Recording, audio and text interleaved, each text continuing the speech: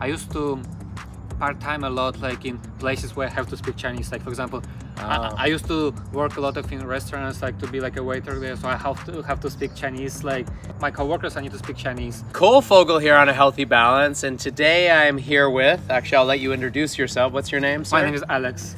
Alex. And where do you live in Taiwan? In Taipei. And where are you from originally? And originally I'm from Russia. Russia. So how do you say hello in Russian again? In Russian we say "Привет." Privyat. How long have you lived In Taiwan. in Taiwan? Yeah. Like 7 years, and like because I know like you've been here like coming and going back, but for me like it was like all straight like for 7 years like I only been back like only one time Wow. 3 years ago. So Do you miss home? Yeah, sometimes. When do you think you'll get home again? I don't know, we'll see. Someday probably. Do you remember your first day that you arrived in Taiwan? Oh yeah. First time actually was not 7 years ago. It was like even longer, like maybe like 10 years ago. Like I remember like really the first time like when I arrived, like and I go out of airport, like the warm wind kind of like blowing into my face.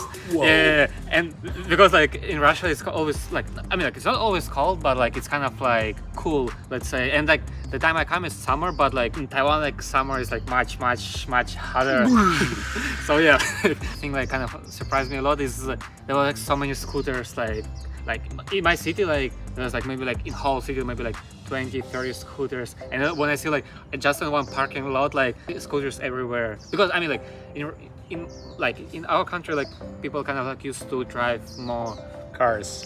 Yeah. You don't see scooters everywhere. I'm still thinking about the warm wind because that's my memory too. When I stepped out of the airport, because Canada is also very dry, that feeling of and you could just feel the sweat. Yeah. Like uncontrollable sweating coming off your face. It was my first time like sweating really hard, because like I never had the feeling when I'm like literally like all water is kind of It's like you're permanently detoxing. Yeah.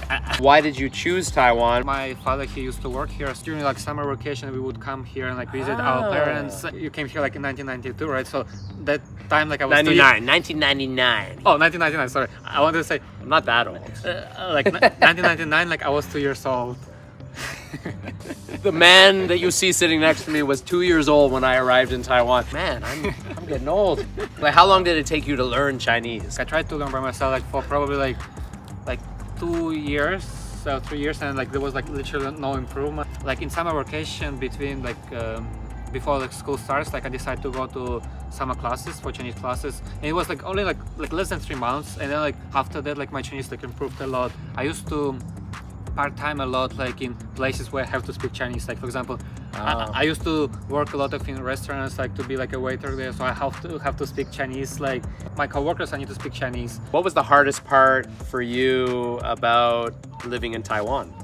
When I was a student, like most of the time like I had to like make enough money to pay for tuition, for the living costs, for everything. Like I had to kind of like find a way like to make money to kind of like help you to grow. I think like to grow up. Yeah.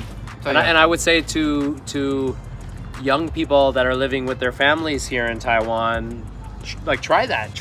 Travel somewhere and try to just see how you do. You know? I think like if you don't have any challenges, you would never learn. Like if like the challenge is what actually makes you to learn. In the school, like the people learn like a lot of stuff like marketing, accounting, blah blah blah. But like you wouldn't have like the knowledge if you don't actually do this thing. The more uncomfortable a situation, the more you learn from it.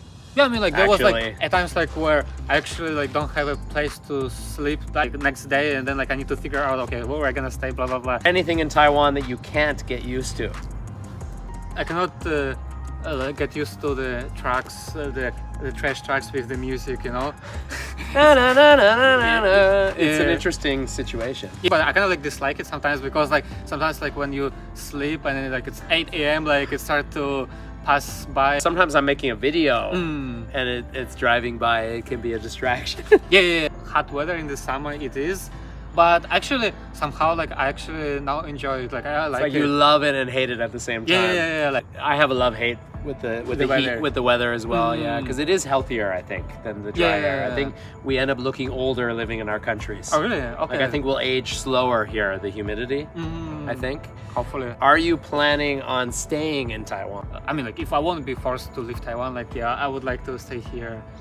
Like you might get married one day or Yeah, I mean, settle down, have kids. I mean, like if I actually like looking for the girlfriend now, so like if someone So if there's anyone watching this handsome fella here, please leave a comment. I'll put you in contact with him. yeah. And check out his channel as We're well. gonna become our cook down, right? I'll be the new Tinder. Why did you choose Taipei of all the cities?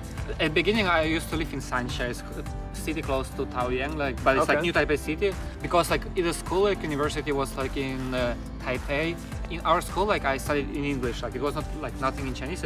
All classes were in English, and like most of the teachers used to be from States or from like Taiwanese people who used to like study, like get their PhD or like in the States. So like all of the classes was like were taught in English, and like if I want to stay in another city, like there's not many like choices. So the international, Taipei is more international. Yeah, I mean like there's more schools to study, and now like if I would have a chance, like I probably would live in Taichung. Like I think it's a pretty nice place to live.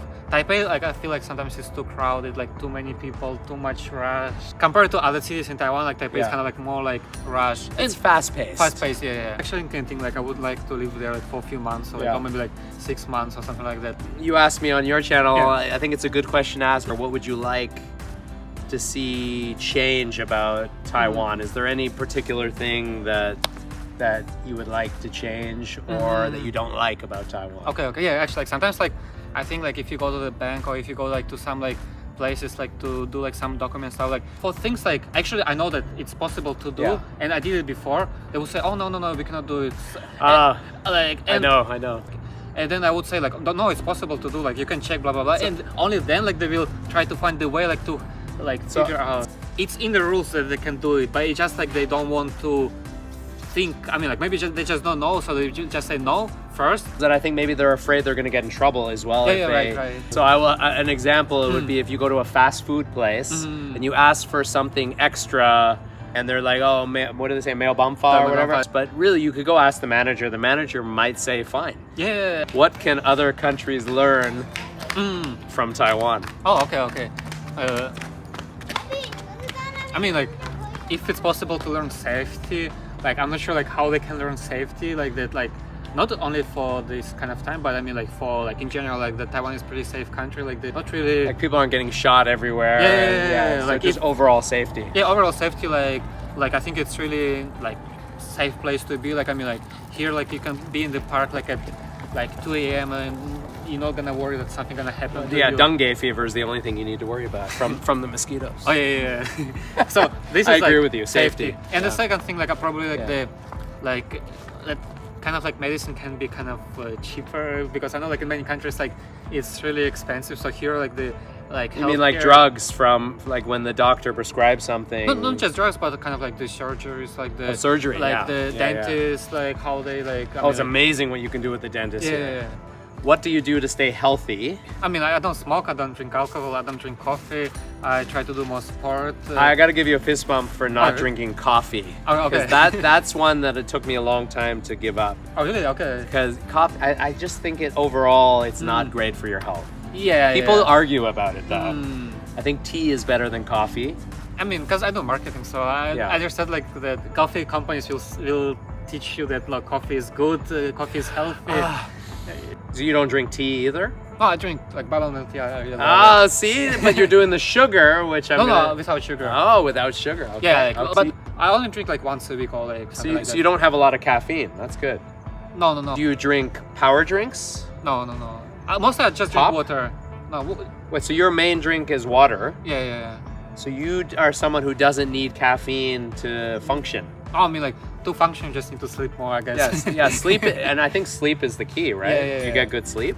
Yeah. Would you say most of the time? Yeah. Like now, like I try to not eat lunch. I just eat breakfast and dinner. Intermittent fasting. I just kind of like eat a bit more for breakfast, so it would be eat a bigger breakfast. Yeah, eating less rice, less pasta, less like carbs. Agreed. Carbs they make you tired. They weigh you down. Agreed. So this is like how I mean like. Oh, you're a pretty healthy guy then. And what inspires you in your life? Probably the challenges. When you have like something in your mind, and then like you kind of like think of the way like to reach to these things, and then, like when you actually like goal, like how to make it a goal. Yeah, a little goal. think of step by step like how you can achieve that goal, and then like when you actually achieve it, then like it's kind of like it inspires you and motivates you to do like the next thing and next thing and next thing. You don't look too far in the future, and you have these little steps to accomplish. Yeah, of course. I mean, like that. They can be like a really big goal, but like usually like how to say, you're gonna get lost if you just focus on the big goal. Like you want like have like really small goals which kind of like you try to achieve, and like these kind of like small goals will kind of lead you to the big goal. What got you into YouTube? Final question. Oh, okay. So actually it was kind of like always my dream to do YouTube, and this channel is actually I think my 6th or 7th time trying to do YouTube. Like, I mean, like there was like so many tries, like learn how to shoot, how to edit. I really like to create when you have like enough idea, like, and it's kind of became something like actually you can see, you can watch, and I don't know, it's just kind of like my dream to do it, and like not necessarily for money, because I mean like even now like I don't actually like earn any money, I just spend it. It's kind of like a hobby, like I really like kind of like the process of making the video. But I think hobbies are like the best jobs. Yeah. Because it's not a job. Yeah, that's true. When you do something you love, it's not a job. Yeah. Find something you love and make money from that. Yeah, that's perfect. And YouTube is something that you gradually start making money, and it just takes time and effort, basically. So with that said, I hope you have a wonderful morning, afternoon, or evening, wherever you are. Thank you for watching A Healthy Balance, and I will see you in the next one. And can you say goodbye in Russian? Okay, so we say пока. Пока. Okay. Okay, Bye. 再见. 再见, bye.